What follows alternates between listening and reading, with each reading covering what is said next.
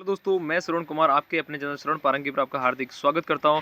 तो दोस्तों, fourth grade के डीवी के टाइम में अटेस्टेशन फॉर्म में बहुत ज़रूरी होता है और कई भाइयों को ये अटेस्टेशन फॉर्म में भरने में दिक्कत आ रही होगी। तो ये वीडियो देखेंगे, उसके बाद में आपकी कोई दिक्कत नहीं रहने वाली है। तो यहाँ पर सारी डिटेल में एक एक करके बताने वाला हूँ, तो दोस्तों चैनल पर बने रहिए। तो चलिए वीडियो को स्टार्ट करते हैं। सबसे पहले दोस्तों यहाँ पर आपको अपना फ़ोटो लगाना होगा। ठीक है दोस्तों, यहाँ आपका एक लेटेस्ट फ़ोटो लगेगा।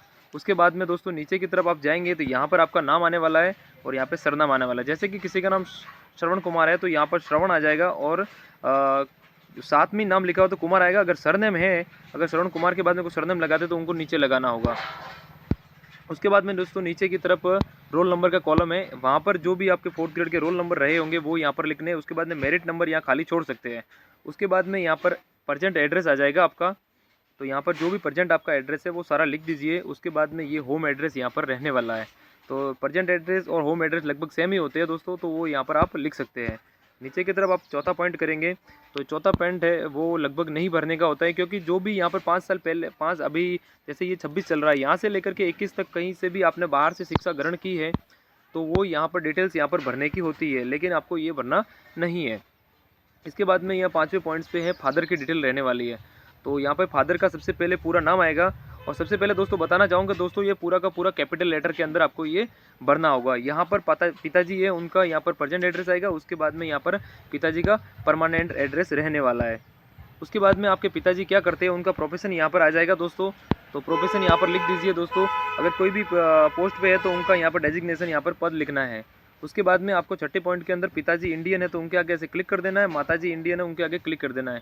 अगर आप मेल कैंडिडेट है और आपने शादी कर रखी है तो वाइफ के आगे क्लिक करना है। अगर आप फीमेल कैंडिडेट है तो आपको हस्बैंड के आगे यहाँ पर इंडियन है तो उनके आगे क्लिक करना होगा। उसके बाद में स्क्रॉल करके ऊपर जाएंगे तो अगर आपने शादी कर रखी है तो आपके यहाँ पर मेल है तो आपके वाइफ होगी, तो वाइफ के आगे कौन सा उनका जो स्टेट या डिस्ट्रिक्ट है तो वो आपको यहाँ पर लिखना होगा। उसके बाद में अगर आप फीमेल कैंडिडेट तो आपके हस्बैंड का जो बर्थ प्लेस है वो डिस्ट्रिक्ट और स्टेट यहाँ पर लिखना होगा। उसके बाद में 7वें पॉइंट की तरफ बन जाएंगे तो वहाँ पर भी आपको क्या लिखना है, आपकी जो डेट ऑफ बर्थ है वो लिखनी है। जैसे किसी की डेट ऑफ बर्थ है वो 1 जुलाई 2001 है तो यहाँ पर 1 जुलाई 2001 लिखनी होगी। जैसे यहाँ पर 1 लिख दिया, यहाँ पर 7 लिख दिया और यहाँ पर 2001 आ जाएगा। उसके बाद में दोस्तों यहाँ पर जो प्रेजेंट एज ऑन एडवर्टाइजमेंट है तो एडवर्टाइजमेंट के टाइम में आपके क्या एज थी वो दिनों के अंदर लिखनी है, यानी कि कितने साल के होंगे। उसके लिए मैं आपको एक बता देता हूँ कि जो आपका एप्लीकेशन फॉर्म होगा उसमें आपको जाना होगा। तो चलिए दोस्तों मैं जाकर दिखाता हूँ आपको। तो यहाँ पर दोस्तों आप देख सकते हैं कि जो ये एडवर्टाइजमेंट है, जो एडवर्टाइजमेंट के टाइम में आपने एप्लीकेशन फॉर्म भरा होगा उस टाइम में यहाँ पर ये वाला कॉलम होता है कैंडिडेट आयु एज ऑन एडवर्टाइजमेंट के हिसाब से होता है। ठीक है, तो यहाँ पर देखिए इनकी एज शो हो रही है 28 साल 7 महीने और 1 दिन है।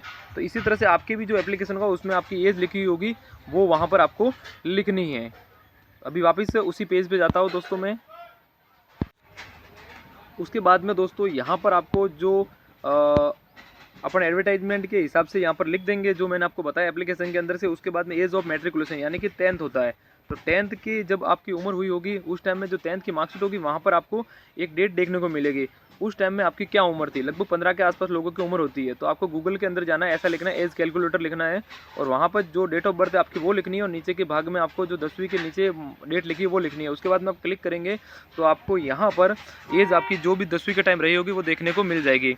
उसके बाद में 8वां पॉइंट है, यहाँ पर आपको place of birth district state and which is situated ये लिखना है। तो यहाँ पर जो भी आपकी जगह का नाम विलेज आ जाएगा, इसके बाद में डिस्ट्रिक्ट आ जाएगा और यहाँ पे आपका स्टेट आ जाएगा। फिर यहाँ पर district state which you belongs, मतलब कहाँ से बिलोंग करते कौन से डिस्ट्रिक्ट से, तो आपको यहाँ पर डिस्ट्रिक्ट लिखना है सिंपली।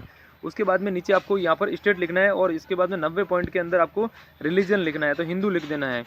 उसके बाद में ये दोस्तों नीचे वाला कॉलम है 90 नंबर का बी, यहाँ पर are you member of a schedule caste या शेड्यूल ट्राइब, आंसर यस या no and if you the answer is yes state name. ये सिर्फ SC और ST के लिए है, तो यहाँ पर जो भी SC कैंडिडेट या ST कैंडिडेट उनको यस भरना है यहाँ पर। ठीक है, जो भी यहाँ पर उनसे है और बाकी नो लिखना है। तो इसके बाद में दोस्तों 10वां कॉलम है, इसमें यहाँ पर एकेडमिक डिटेल आने वाली है। तो एकेडमिक डिटेल ऐसे रहने वाली है कि 10वां पॉइंट यहाँ पर देख सकते हैं दोस्तों, यहाँ पर जो एड्रेस है यहाँ पर सबसे पहले 10th है तो 10th लिखना है यहाँ पर। ठीक है, यहाँ पर 12th आ जाएगा, तो अब 10th-12th की डिटेल लिखेंगे। यहाँ पर जो भी आपकी स्कूल का नाम है, गवर्नमेंट सीनियर सेकेंडरी स्कूल, जो भी गांव का नाम है वो आ जाएगा लास्ट में। और यहाँ पर अलग से यहाँ पर विलेज का नाम आ जाएगा, यहाँ पर डिस्ट्रिक्ट का नाम या पिन कोड लिख देना है। और यहाँ पे जब भी आपने डेट ऑफ एंट्रिंग हुई होगी 10वीं के अंदर वो लिखनी है। और डेट ऑफ लिविंग है वो भी यहाँ पर आपको लिखनी है। डेट ऑफ लिविंग तो आपको 10th की मार्कशीट से यहाँ पर मिल जाएगी। और आप स्कूल वगैरह सब छोड़ चुके हैं तो आपके टीसी के अंदर ये डेट ऑफ एंट्री भी लिखी होती है, वो वहाँ से आप लिख सकते हैं। या फिर दोस्तों आपको जो जुलाई महीना होता है उस टाइम में ही अपने एडमिशन्स होते हैं। तो जैसे कि किसी ने 2012 के अंदर या 2015 के अंदर कर रखी है तो 15 में पास आउट है 10वीं, तो वो 2014 का जो भी जुलाई की डेट होगी रविवार नहीं होना चाहिए, वो लिख सकते हैं यहाँ पर दोस्तों। यहाँ पर टीसी में उनको मिल जाएगा। उसके बाद में सेम टू सेम एड्रेस यहाँ 12th के लिए भी यहाँ पर स्कूल का लिखना है।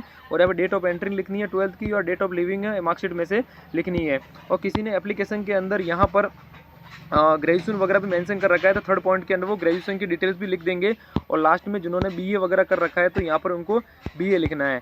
और उसके अलावा भी आपको यहाँ पर कोई भी क्वालिफिकेशन इसने डाल रखी है आपने, तो वो भी यहाँ पर आपको मेंशन कर सकते हैं आप। उसके बाद में स्क्रॉल करके आप ऊपर जाएंगे तो 11वां पॉइंट है। 11वां पॉइंट के अंदर दोस्तों आपको क्या लिखना है, अगर आपको कहीं पे भी एम्प्लॉय वगैरह है तो उनका यहाँ पर लिखना होता है, बाकी नहीं लिखना है।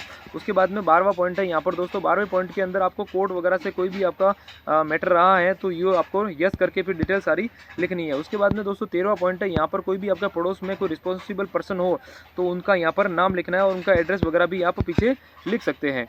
उसके बाद में दोस्तों नीचे करके जाएंगे तो यहाँ पर जो डेट लिखी हुई है यहाँ पर आपको सिंपली डेट लिखनी है। यहाँ पर जब भी आप भर रहे हैं तो जैसे भी जिस दिन भर रहे हैं उसका एक दिन पहले का डेट लिखना है या उसी दिन का डेट लिखना है। और यहाँ पे प्लेस लिख देना है और यहाँ पे आपका खुद का नाम लिख देंगे, यहाँ पर अपने सिग्नेचर कर देंगे। और उसके बाद में स्क्रॉल करके ऊपर जाने वाले हैं अपन। और ये सिंपली जो चरित्र प्रमाण पत्र अपन 2 बनाने वाले हैं उसी तरह का ये भी एक चरित्र प्रमाण पत्र है। तो यहाँ पर आपका नाम आ जाएगा, यहाँ आपके पिताजी का नाम आ जाएगा, आपको जिससे भी आप गजेटेड अधिकारी से यहाँ पर साइन करवाने वाले होंगे वो कितने साल से आपको जानना है वो यहाँ पर लिखना है। वो यहाँ पर सिग्नेचर कर देंगे, प्लेस लिख देंगे, डेट लिख देंगे। इस तरह से दोस्तों ये फॉर्म रहने वाला अटेस्टेशन फॉर्म। तो इसको ये वीडियो देख के आप आसानी से इसको भर सकते हैं। और दोस्तों को भी ये शेयर कीजिए ताकि उनको भरने में आसानी रहे। दोस्तों चैनल पर नए हैं तो चैनल को शेयर और सब्सक्राइब जरूर करें। धन्यवाद।